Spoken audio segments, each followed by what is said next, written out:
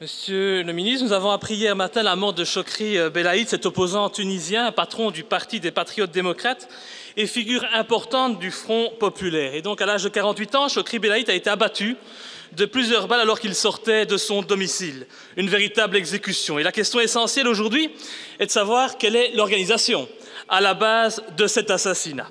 J'aimerais donc savoir si vous pouvez déjà nous en dire plus. Vous avez peut-être, sûrement, des informations de nos services secrets.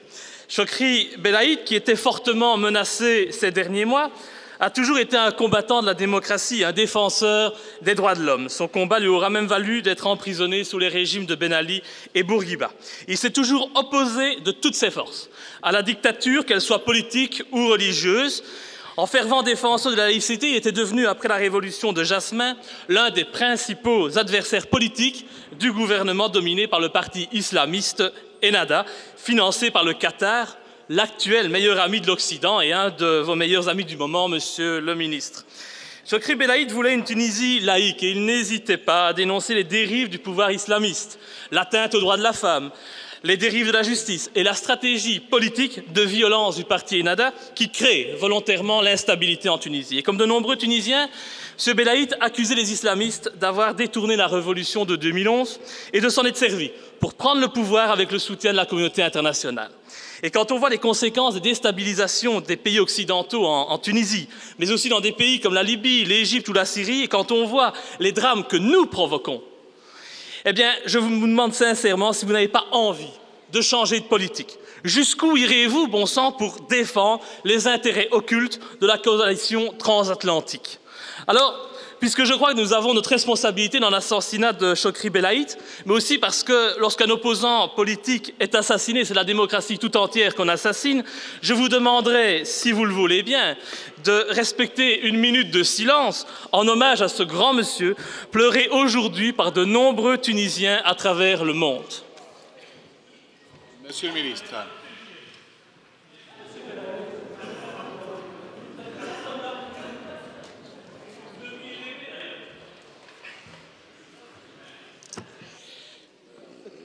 Monsieur le Président, chers collègues, plutôt que les bruits que je viens d'entendre, j'aurais tout d'abord, au nom du gouvernement, présenté nos condoléances à la famille de Chokri Belaïd, ainsi qu'aux dirigeants et membres de son parti. Je tiens également à condamner le plus fermement possible l'assassinat qui a été perpétré en Tunisie, comme d'ailleurs l'ont fait les représentants de l'Union européenne, tant la haute représentante que le commissaire Füle. Je dirais que les faits parlent d'eux-mêmes, mais il est très difficile aujourd'hui de s'exprimer en quoi que ce soit sur des responsabilités. Il est simplement clair que les multiples attaques perpétrées contre des membres de l'opposition et des activistes par des groupes extrémistes, dont les soi-disant Ligues de protection de la Révolution, témoignent d'un durcissement de la violence politique.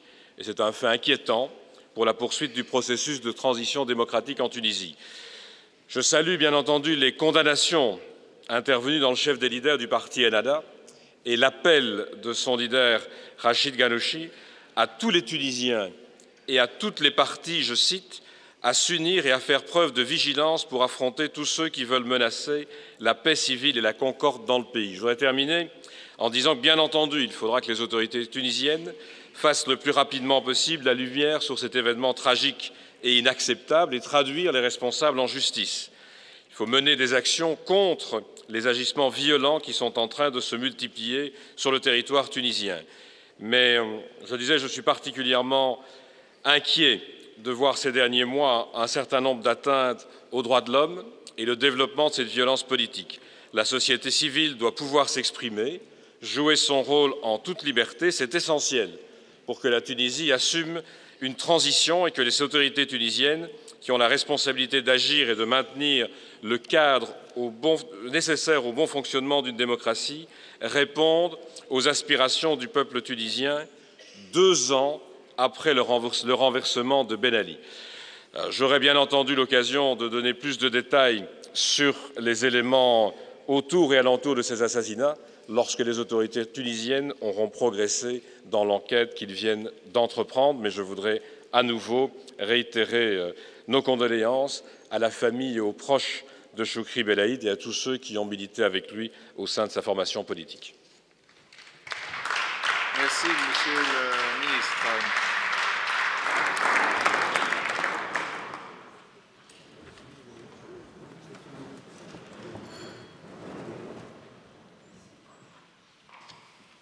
Hypocrisie et blabla. Si vous pensiez ce que vous dites, Monsieur le ministre, vous auriez accepté la minute de silence. Une fois de plus, les paroles ne coïncident pas avec les actes. Et vous le savez, depuis la révolution de Jasmin et la chute de Ben Ali, la dictature religieuse est venue insidieusement remplacer la dictature politique. Et nous assistons au même phénomène en Libye, en Égypte, et la Syrie, elle, résiste, mais pour combien de temps encore? Mais bon, vous le savez, puisque la Belgique participe à cette déstabilisation. Oui, je vous ennuie, mais sans nul doute, nous ne pouvons voir que dans le chaos actuel qui s'installe en nord de l'Afrique que la main de l'Occident, Monsieur le ministre. L'Occident, les autorités américaines et de leurs alliés. Sinon, comment expliquer qu'un parti comme Ennahda, dont l'influence était plus que réduite avant la Révolution, à laquelle il n'a même pas pris part, ait pu financer sa campagne et devenir en quelques semaines le premier parti tunisien? Merci au Qatar, merci à la communauté internationale. Et ce n'est plus aujourd'hui un secret que l'Occident tire les ficelles et s'immisce dans la politique intérieure de nombreux pays stratégiques, de par leur situation géographique ou de par leur richesse naturelle. Et donc le but est simple, déstabiliser la région, faire accéder au pouvoir des partis islamistes qui ne correspondent pas à la volonté du peuple, pour ensuite les désigner comme des menaces contre nos populations occidentales et les attaquer et mettre en œuvre le néocolonialisme actuel. Alors, pour paraphraser le slogan de la révolution de Jasmin et le fameux Ben Ali dégage, je dirais Barak, Benyamin, Elio, François et les autres, dégagez, les Tunisiens n'ont pas besoin de vous.